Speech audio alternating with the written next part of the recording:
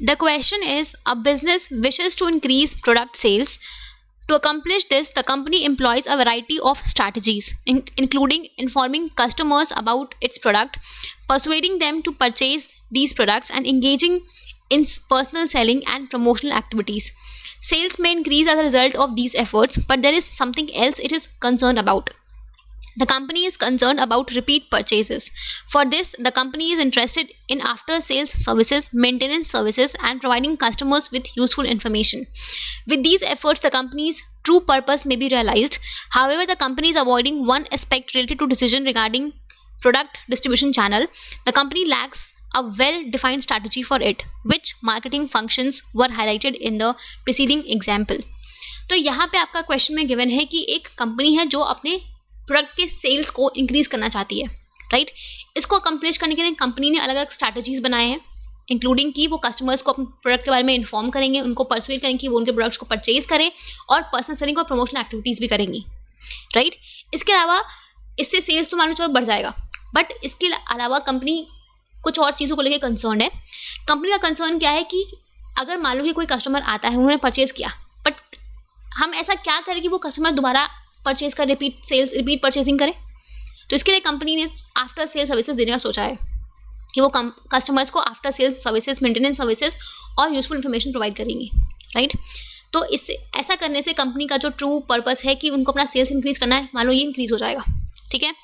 अब कंपनी जो है वो एक एस्पेक्ट को अवॉइड कर रही है रिगार्डिंग प्रोडक्ट डिस्ट्रीब्यूशन चैनल, कि वो अपने प्रोडक्ट्स को किस तरीके से कस्टमर को अवेलेबल कराएंगे, कैसे डिस्ट्रीब्यूट करेंगे, इसके रिगार्डिंग उन्होंने कोई स्ट्रैटेजी नहीं बनाई है, राइट। तो यहाँ पे आपका क्वेश्चन में ये पूछ रहा है कि इस एग्जाम्पल में कौन कौन से मार्केटिंग फंक्शंस को हाईलाइट किया गया है, राइट।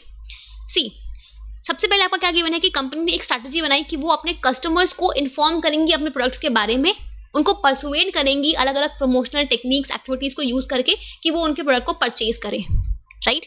तो यहाँ पे जो मार्केटिंग फंक्शन परफॉर्म किया जा रहा है वो है आपका प्रमोशन का, राइट।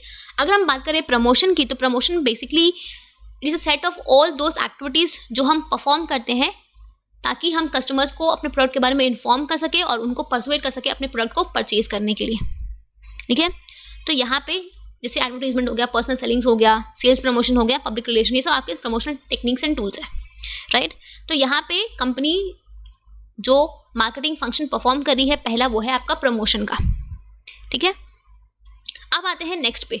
अब इसके बाद क्या गिवन है क्वेश्चन में आपका, तो क्या यहाँ पे कंपनी सिर्फ प्रमोशन एक यही फंक्शन हाईलाइट किया गया है या और भी कोई फंक्शन है जो यहाँ पे परफॉर्म हो रहा है।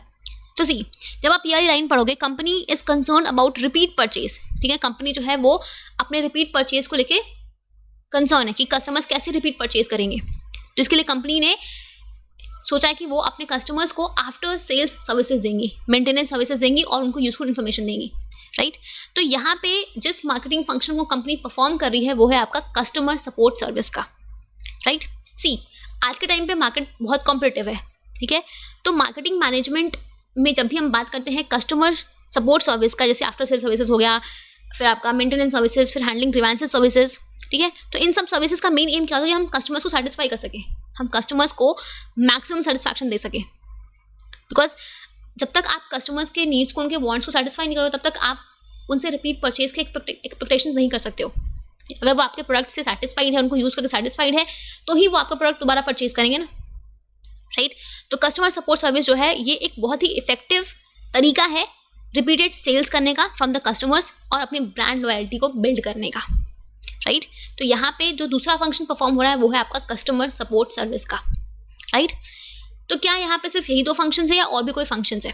अगर हम आगे बढ़ते हैं इस क्वेश्चन में, तो आगे आप देखो कि कंपनी जो है वो एक प्रोडक्ट रिलेटेड एस्पेक्ट को इग्नोर कर रही है, राइट, अवॉइड कर रही है। वो कौन सा है? वो है आपका रिगार्डिंग प्रोडक्ट डिस्ट्रीब्यूशन चैनल, कि वो अपने प्रोडक्ट को किस तरीके से डिस्ट्रीब्यूट करेगी, कौन से चैनल्स को यूज़ करेगी, इसके रिगार्डिंग कंपनी ने कोई डिसीजन नहीं लिया है, राइट। तो यहाँ पे जब भी हम बात करते हैं प्रोडक्ट डिस्ट्रीब्यूशन चैनल की, तो ये आपका होता है इन द कॉन्सेप्ट, ये फंक्शन है आपका फिजिकल डिस्ट्रीब्यूशन का, राइट।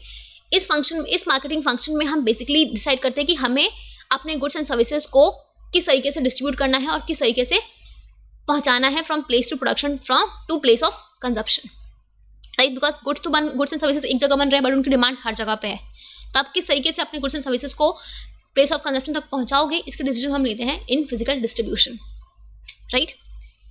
तो यहाँ पे ये 3 ऐसे आपके मार्केटिंग फंक्शंस हैं जो इस एग्जाम्पल में हाईलाइट किए गए हैं।